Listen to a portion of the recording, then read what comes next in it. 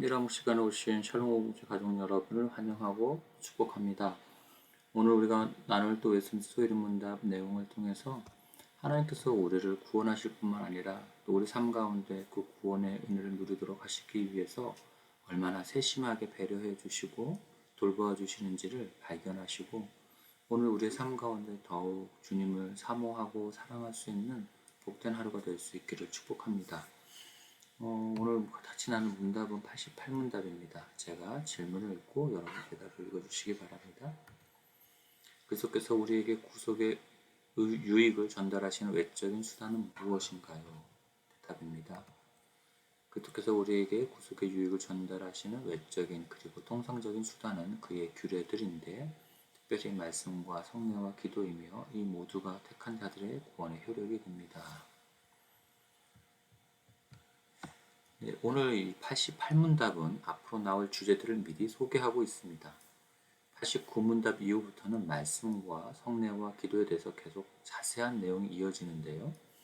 우리에게 예수 그리스도의 구원의 유익을 적용하시는 성령님의 사역에서 내적인 면으로 믿음과 회개를 먼저 이야기했다면 이제는 외적인 은혜의 수단에 대해서 우리에게 설명을 하고 있는 것입니다.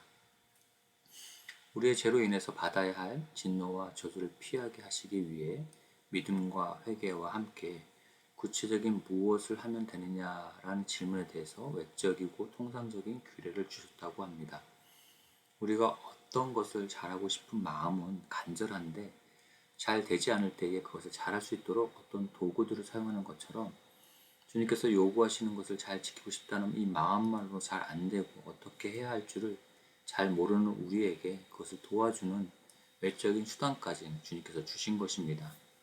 그런데 주님께서 이것이 수단이다라고 주셨다면 이것 외에 다른 수단들은 그 수단에 비해서 본질적인 것이 될 수 없으며 그것 외에 다른 것을 우선시하는 것은 바람직하다라고 할 수가 없다는 것을 이 내용이 의미하는 것입니다.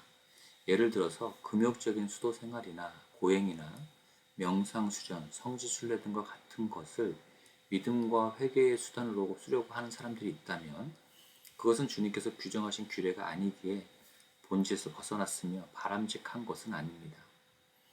우리가 진노와 저주를 피하도록 하나님께서 우리에게 요구하시는 것은 믿음과 회개 그리고 그와 함께 외적인 수단들을 부지런히 사용하는 것이라고 했습니다. 그렇다면 그 외적인 눈에 보이는 수단은 뭡니까? 네, 말씀과 성례와 기도입니다. 이 세 가지는 우리가 평생 힘써 지켜야 하는 주님의 규례이며 우리에게 어마어마한 은혜가 되는 공적이고 눈에 보이는 수단입니다. 외적인 은혜의 방편인 이 말씀과 성례와 기도의 목적은 그리스도의 중보의 유익을 우리에게 전달하기 위해서입니다. 이 말의 의미에 대해서 좀 더 명확하게 알기 위해서는 이 소위르 문답 1부에서 배웠던 성령님의 사역을 기억해 보셨으면 좋겠습니다.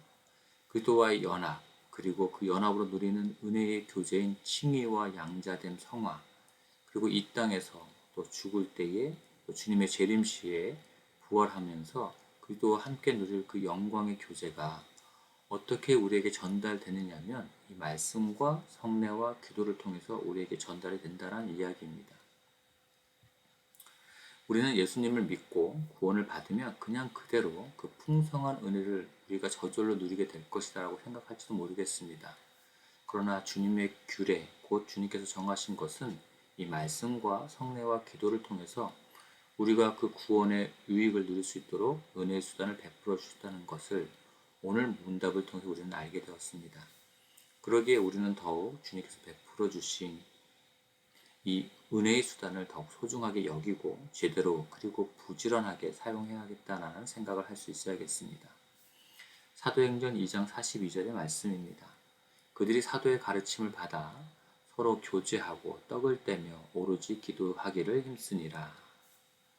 하나님께서는 질서의 하나님이시며 인격적인 하나님이십니다. 그래서 정하신 규례를 따라서 질서대로 외적인 수단을 사용하기를 원하십니다. 우리의 신앙은 정해진 규례대로 그것을 온 교회 성도들이 함께 질서 있게 하나의 신앙으로 연합되는 그런 신앙입니다. 그렇지 않을 때에 그 신앙은 자기 느낌대로 믿는 미신이 되며 따로 국밥 마냥 각자 믿고 싶은 대로 믿는 개인 취향의 기호품이 되고 마는 것입니다. 그리고 이런 규례들은 선택받은 자들에게 실제로 구원의 효력이 있는 것입니다.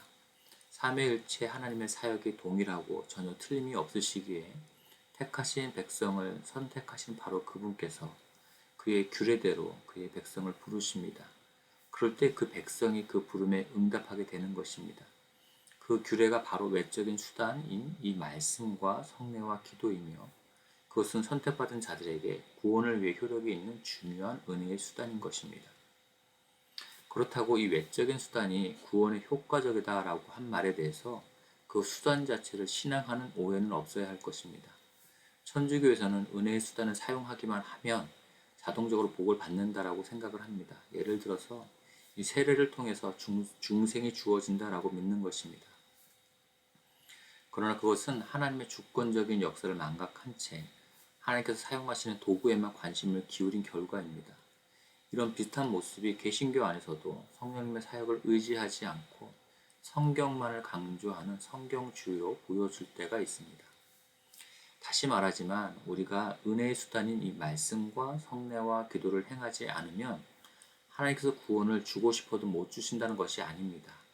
이것은 구원의 조건으로 우리에게 주어진 것이 아닙니다. 앞선 소요리문답 1부에서 하나님께서 구원하시기로 선택하신 사람들에게 예수 그리스도의 중보의 유익을 적용해 주시는 성령 하나님의 사역에 대해서 우리가 믿어야 할 관점에서 설명하고 있었다면 오늘 이 소유문답 2부에서는 우리에게 요구하시는 의무의 관점에서 그것을 다시 설명하고 있다라고 생각하시면 좋겠습니다. 그래서 이 구원을 우리에게 적용하시고 그 유익을 누리도록 하시는 것은 성령 하나님의 사역이라는 것을 우리 명심할 필요가 있습니다. 그리고 오늘 나누는 이 외적 수단은 그 구원의 은혜를 풍성하게 누리도록 하시는 성령님께서 그것을 사용하셔서 우리를 지속적으로 믿게 하시고 회개하게 하시는 은혜의 방편, 수단인 것입니다. 이 소유리 문답을 배우시면서 우리는 그 주체가 누구인가 라는 질문을 하게 되셨을 것입니다. 말씀과 성례와 기도는 우리가 하나님의 은혜를 얻어내는 방편이 아니라 하나님께서 우리에게 그리스도의 중보의 유익을 끼쳐주시는 방편인 것입니다. 이런 외적인 수단이 사람들에 의해 사용되어지는 것처럼 보이지만 이런 수단을 통해 성도들의 마음을 감동시키시고 설득하시며 다스려 주시는 분은 바로 성령 하나님이십니다. 그 주권이 우리가 아니라 하나님께 있다는 것을 우리는 놓치면 안 되는 것입니다. 그렇기에 우리 교회에서 성도들이 구원의 유익을 풍성하게 누리도록 하기 위해 각종 프로그램들을 기획할 때에도 그것은 주님의 규례인 이 외적인 수단에 대해서는 부수적인 것이 되어야 하며 주된 역할로 생각해서는 안 되는 것입니다. 사람이 감동을 받았다고 그것이 구원에 효과적인 것은 아닙니다. 구원의 주권이 사람이 아닌 하나님께 있기 때문입니다. 주님께서 구원에 효과적이 되도록 정하신 수단 외에 사람이 만든 각종 발명품들은 사실 하나님께서 베풀어 주시는 그 구원의 은혜와는 별 관계가 없을 수도 있는 것입니다. 그러므로 우리는 주님께서 베풀어 주신 이 외적인 수단에 대해 그 무엇보다 감사하며 부지런하게 바르게 사용할 수 있어야 합니다. 또한 우리는 이 외적인 수단을 사용할 때에 우리 멋대로 하지 말아야 하며 정해주신 분의 의도와 방식에 맞게 분별력 있게 사용해야 하며 무엇보다 성령님께서 역사하여 주시기를 주님 앞에 구해야 하는 것입니다. 제가 기도하고 마치도록 하겠습니다. 사랑하는 주님, 연약한 우리에게 구원의 은혜를 베풀어 주시기 위해 이 외적인 은혜의 수단을 허락하여 주셔서 감사합니다. 우리에게 이렇게 주님께서 제정하신 규례들을 주셔서 믿음을 갖고 회개하며 주님의 뜻을 따라 살아가도록 은혜를 허락하여 주신 것을 다시 한번 감사드립니다. 오늘 문답을 통해 더욱 그 외적인 수단의 은혜의 수단을 사모하는 마음으로 우리 서울살롱 공동체 안에서 바르게 행하게 해주시고 서울살롱 공동체와 속한 성도들의 삶이 더욱더 하나님 앞에서 경건의 자리에 이르도록 인도해 주십시오. 이 모든 거 우리 주 예수 그리스도의 이름으로 기도합니다. 아멘. 네, 개인 기도 시간을 계속 기도하시겠습니다.